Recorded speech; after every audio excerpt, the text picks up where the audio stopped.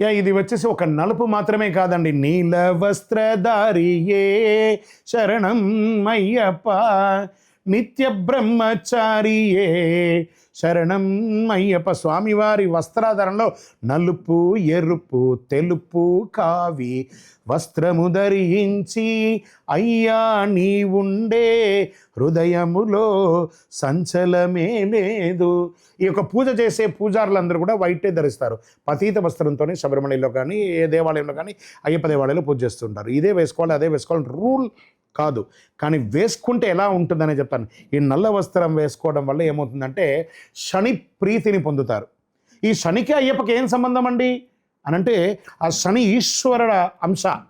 ఈయన ఎవరు? ఈశ్వర పుత్రుడు. ఈశ్వర పుత్రుడు కదా.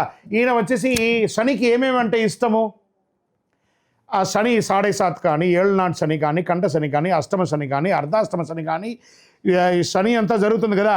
అప్పుడు ఏం చేయాలి? అందంగా ఉన్నవాడిని కురిపిగా మారుస్తాడు, ఐశ్వర్యంగా ఉన్నవాడిని దారిద్ర్యంలోకి తీసుకొస్తాడు, సంతోషంగా ఉన్నవాడిని ఇబ్బంది పెడతాడు, పిచ్చివాడిలాగా మార్చేస్తాడు, భార్యాభర్తలతో ఉన్నవాడిని విడదీసి చేస్తాడు. ఇక్కడ కూడా మనం దీక్షలో ఏం చేస్తున్నాం? నల్ల బట్టలు వేస్తున్నాం, చెప్పులు లేకుండా నడుస్తున్నాం, క్లీన్ షేవ్ మొత్తం టింట్ కలర్ వేసుకున్న వాళ్ళ యొక్క ఒరిజినల్ కలర్ అంతా ఇప్పుడు బయటపడుతుంది. ఒరిజినల్ అంతా వాడికి 4 రోజులు ఏంటంటే తెల్లంటర్లు అంతా కనబడుతూ ఉంటుంది. ఒరిజినల్గా ఆ స్వామివారి పిచ్చోడ్లాగా ఎలా ఉన్నవాడు ఇలా ఉన్నాడని చెప్పి అనుకోరు, కానీ ఇక్కడ మాల వేసుకోగానే పవిత్రంగానే చూస్తారు. కింద పడుకుంటాం, కింద కూర్చొని తింటాం, సాత్విక ఆహారం తింటాం, ఎక్కడ పడితే అక్కడ తిరుగుతూ ఉంటాం, భూశయనం చేస్తాం, అన్ని రకాలైనటువంటి ఆ శనికి ఇవే కదా ఆయన కోరుకుంటున్నాడు.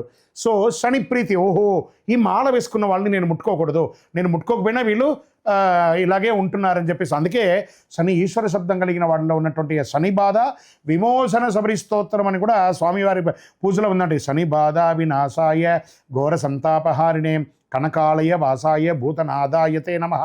భూతనాథుడు కనకాలయ వాస బంగారు దేవాలయంలో ఉన్నవాడు ఎవరంటే ఈయన. దారిద్ర్య జాతాన్ రోగాదీన్ బుద్ధి మాంద్యాది సంకటాన్ క్షిప్రం నాశయ హేదేవా. ఈయనను ముక్కితే చాలట అయ్యప్పను శని బాధ తొలగిపోతుంది. క్షిప్రం నాశయ హేదేవా శని బాధ వినాశక భూతబాధ మహాదుఃఖ మధ్యవర్తిన ఈశమాం పాలయత్వం మహాబాహో సర్వ దుఃఖ వినాశక అవాచ్యాని మహాదుఃఖ న్యమేయాని నిరంతరం సంభవంతి దురంతాని తాని నేసయమే ప్రభో మాయామోహాన్ అనంతాని సర్వాణి కరుణాకర దూరీకురు సదాభక్త సింధుజా కాంత సందతే. సింధుజకి పిల్లవాడనమాట ఈయన.